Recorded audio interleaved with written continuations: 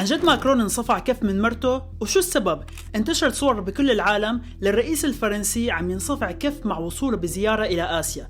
بالصور بنشوف باب الطيارة بيفتح، بعدين طرف من ماكرون وفجأة مثل كأنه انضرب كف بهزه. هالشي قبل ما يتفاجأ هو واللي ضربه انه باب الطيارة مفتوح والناس شايفتهم، فبيحيي الناس.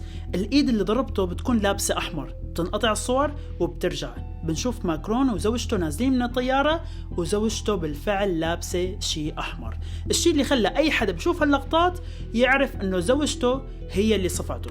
لكن هل هالفيديو حقيقي؟ مع بداية انتشاره معظم اللي شافوه قالوا لا، هالفيديو ذكاء اصطناعي، ما توقعوا ابدا، وسهل كتير يكون انه معمول بالذكاء الاصطناعي، وهي الفرضية اللي رجحها الاليزي.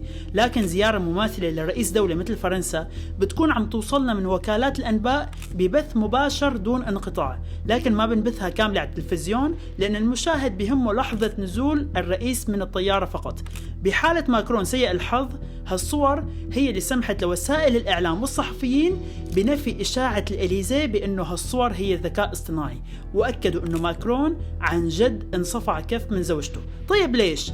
أسرار عائلية ما دخلنا صحيح، لكن أقوال الإليزي ومقربين من الرئيس بتختلف بين بعضها شوي، والجزء الآخر حكى أنها لحظة ود استغلها أصحاب نظرية المؤامرة من خلال تعليقات سلبية وبيتهموا فيها الدوائر الروسية.